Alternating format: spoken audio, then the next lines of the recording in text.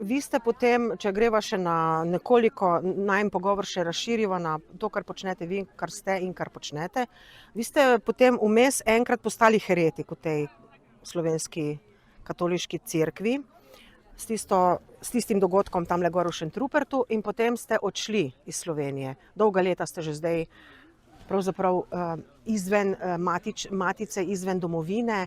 Kako gledate na domovino zdaj? Kako jo vidite? Kako vidite pač ta naš krščanski svet in kako vidite politično ustroj Slovenije v tem trenutku? Ja, jaz moram reči, da domovine nisem nikoli zapustil. To so mi dokazali ljudje. Kljub temu, da sem bil res veliko časa oddaljen od Slovenije v tujini in kadarkoli sem prišel domov, sem mislil, pa saj sem skozi doma, ker me so vsi poznali. Nikogar nisem poznal, da me ne pozna in jaz sem bil začuden. Toliko časa stran, pa sem bil vedno zraven. In zato sem ravno vam, medijem in vsem tem hvaležen, da me niste pozabili. Ker če te medije pozabijo, si pozabljen, nisi pokrit. In ste mi pomagali tudi pokazati na moje dobre strani. In zaradi tega sem lahko tistim, ki mi niso verjeli, mi niso zaupali, pokazal, da vendarle delam tudi v njihovem interesu. In s tem je potem nezaupanje, pa tista skepsa nekako izginjala. Res je, da vedno ostaja zavist in ljubosumje, ampak to je zdrava stvar. Ne v tej situaciji, ampak to je zdravo za eno zakonsko življenje, za eno prijateljstvo, ampak ne pa v poslu. Tako da, vidite, tukaj smo pač dostikrat različno razmišljali, nismo našli skupnega jezika ali pa skupne poti, ampak nič hudega. Take stran poti te dostikrat izučijo. In kar naenkrat se znajdeš na pravi poti. In vesel sem, če lahko potem isto pot grem s tistimi, ki so me prej obsojali in kritizirali.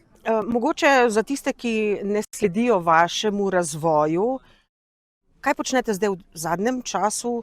Zdaj ste bližje domovini, pravzaprav po kilometrih gledano, v Münchnu ste zdaj duhovnik. Kakšno je vaše delovno mesto in kaj pravzaprav počnete? Ja, res je, da sem se jaz vmes upokojil, ker nimamo več naslednikov.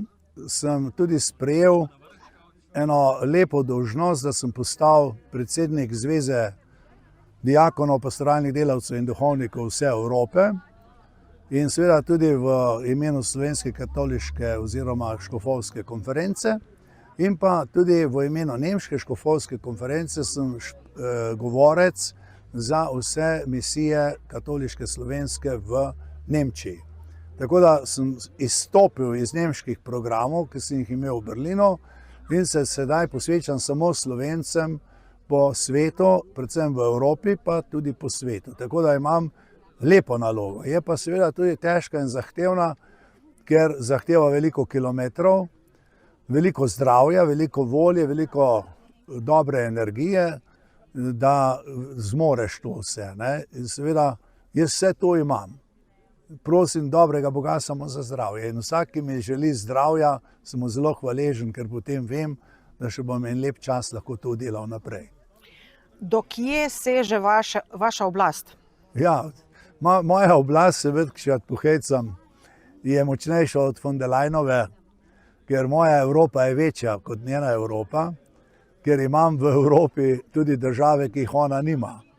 To je Srbija, Bosna in Hercegovina, Makedonija. In seveda sem zelo ponosen, da lahko sem tudi za te ljudi tukaj in jim pomagam, kolikor je to mogoče. Ko smo že ravno pri besedi in za piko na i k najinemu pogovoru, 30 let je zdaj že kar vaš ansambl, kako ne rečem, po vas poimenovan najprej, ne? Ja. Ravno kar ste pravzaprav praznovali to obletnico. Ja. In vaš življenjski jubilej, kaj lahko rečete o obeh teh jubilejih? Ja, jaz sem prav vesel. Jaz sem postal star 70 let, moji fantje 30 let, to skupaj je 100 let. Če pa vzamemo samo rojstni dan kvinteta Dori, so me pa pomladili in sem sam postal 30 let star. In seveda, tako se tudi počutim, ne na zunaj, ampak v srcu in v duši. Včeraj smo tu skupaj praznovali in jaz sem rekel, to ni samo navaden dan za naš Kvintedori, to je praznik. In tudi tukaj, pogledajte, je Tone Turnšek bil vedno z nami, nam je veliko pomagal in seveda smo mu izjemno hvaležni. In kar je največ, ko šteje, je to, da nas je izjemno rad poslušal. Ker če človek nekoga posluša, pomeni, da ga ima rad in ga ceni. Pol bom pa rekla hvala. Prosim lepo, Bog vam daj zdravja. tudi vam veliko uspeha in blagoslov.